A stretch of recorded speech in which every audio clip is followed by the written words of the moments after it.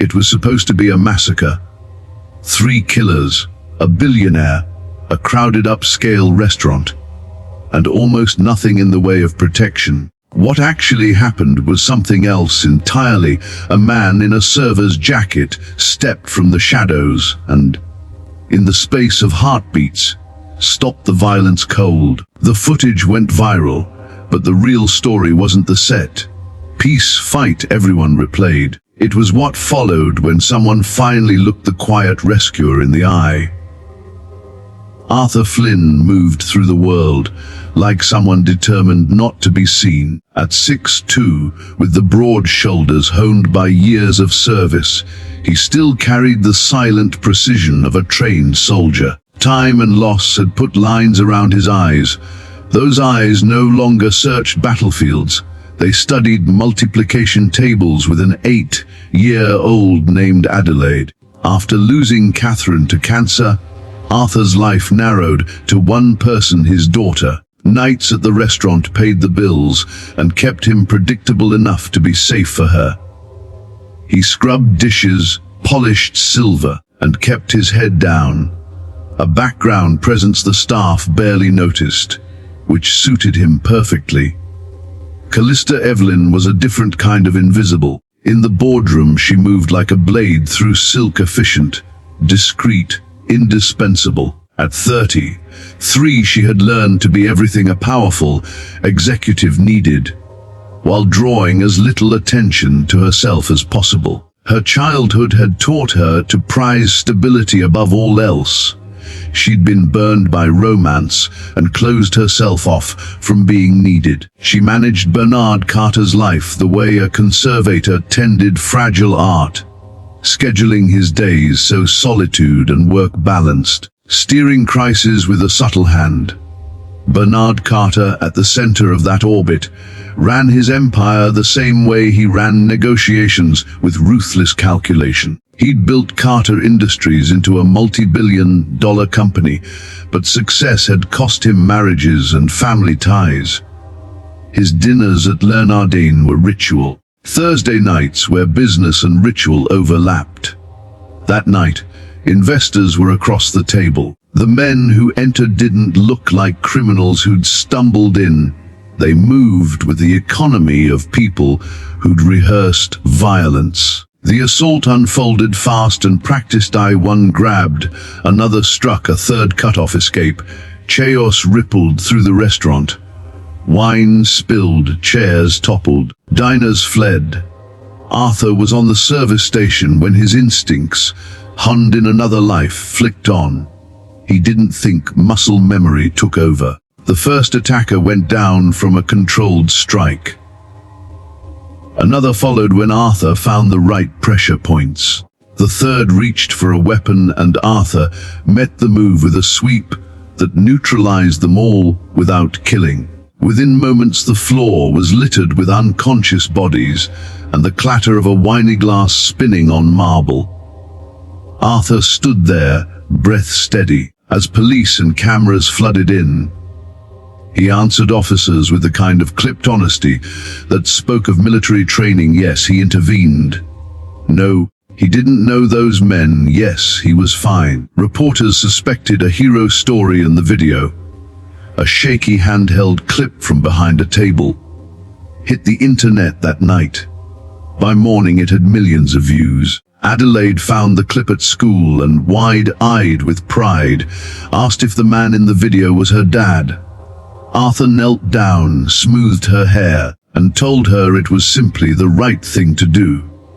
A few days later, Callista came to the playground to find Arthur pushing Adelaide on the swing. She thanked him in person, and something in the way he moved and spoke arrested her attention.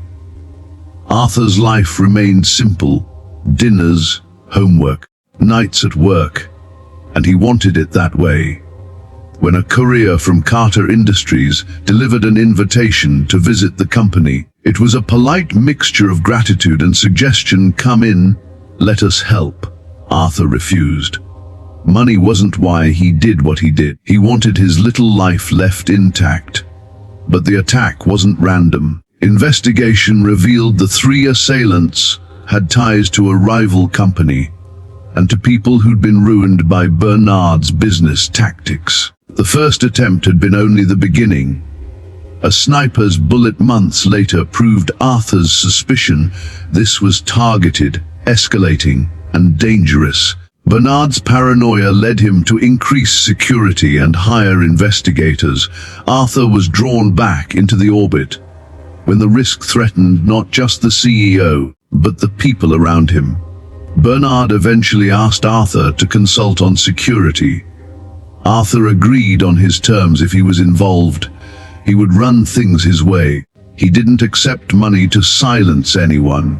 He wanted to end the threat cleanly. He started by quietly auditing vulnerabilities and fixing obvious holes. Predictable routes, personnel gaps, sloppy habits. Callista, who knew Bernard and the company down to the smallest routine, became an unlikely partner. She and Arthur started spending long hours together in secure rooms, mapping threats and patching weaknesses.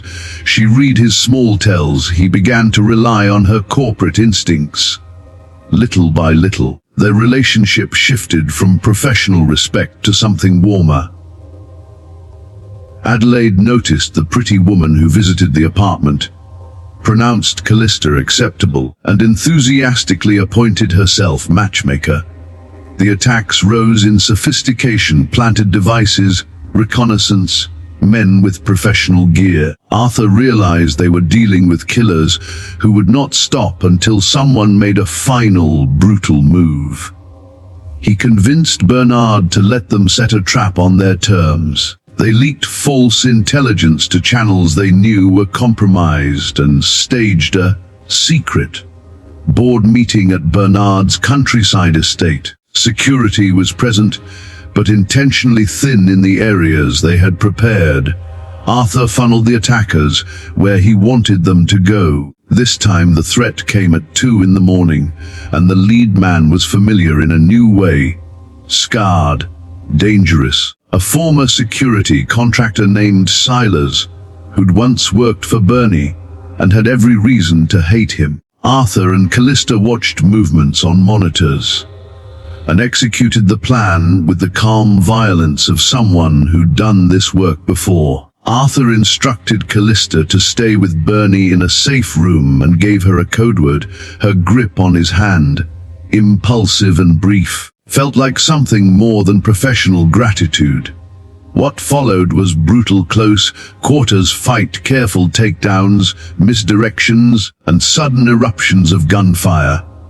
Arthur used the estate itself as a weapon, turning halls and staircases into tools and setting traps within the architecture. The attackers moved like soldiers. Arthur moved like someone who had once been one of them. Silas was the hardest to beat. Personal pain and professional skill made him relentless. They crashed through furnishings, trading blows that would have ended lesser men. In the midst of that chaos, Arthur found himself pushed to the edge. But what ultimately kept him fighting wasn't technique or training. It was Adelaide's face, the thought of returning to the little life he had fought so fiercely to preserve. In the end, Arthur subdued Silas without killing him. Federal agents arrived with sunrise to take custody of the attackers.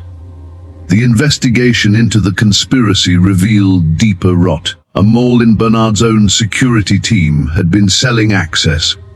Arrests followed, including a head of security trying to flee the country. Bernard, pushed by Arthur and Callista, publicly thanked the man who had saved him, not for glory, but to close the chapter and protect those who mattered most to Arthur. Bernard made Arthur an offer, a high-paying permanent role as head of security. Arthur refused with the simplicity that had become his hallmark. He turned down the money because he wasn't a corporate man. His priorities were different, yet the relationships that grew from those nights were far more valuable than any contract. Bernard, moved in a way his boardroom victories never achieved, started showing up at school plays and family dinners. He became a kind of uncle figure to Adelaide. Callista's role shifted too. She scaled back her hours for a while, trading some professional intensity for a place at Arthur and Adelaide's table. Her presence was steady and unassuming. She fit into the rhythms of their small household without forcing her way in. They moved slowly toward one another, two people who had been hurt, cautious about happiness, learning how to trust and to be trusted. Their courtship was practical and gentle, marked by shopping trips for Halloween costumes and coffee between meetings. Adelaide, with a child's blunt diplomacy, engineered situations that nudged them closer. Before long, the three formed a real domestic life homework help, burnt garlic and spaghetti dinners, bedtime stories with three voices. Over time, love softened the edges of all of them. Arthur taught self-defense at a community center, channeling his skills into helping others rather than fighting. Callista kept consulting, but made room for family. Bernard found warmth he hadn't known he'd been missing. They married in a small, intimate ceremony in the botanical gardens, where Adelaide had once decided Callista was acceptable. The moment felt less like a culmination and more like a beginning, a family built by choice rather than circumstance. Years of ordinary life followed: pancake Sundays, bad dancing, arguments and reconciliations, the slow threading of two pasts into a new present. Adelaide grew into a young woman who combined her father's resolve with Callista's intellect. She wanted to study engineering and build things that helped people. Arthur's nightmares didn't disappear, but their frequency dwindled as he learned to sleep through full nights again. Callista learned that being needed and being loved were different things, and that she was enough without performing perfection. On Adelaide's 18th birthday, as she prepared to leave for college, the family gathered in the same gardens where Arthur and Callista had married. Bernie gave a speech about family and choices. Mrs. Chen came with enough food for an army. As the sun set and the party drifted into evening, Arthur found himself standing at the kitchen sink, content. The same man who once washed dishes to keep promises, now washing away the residue of fear and violence. Around him were people he had fought for without at first knowing why: his daughter, his wife, and an unlikely circle of friends who had become family. What Arthur had protected wasn't just a man in a suit or a corporate asset. It was the possibility of ordinary life, the chance for people to heal, to build, and to love.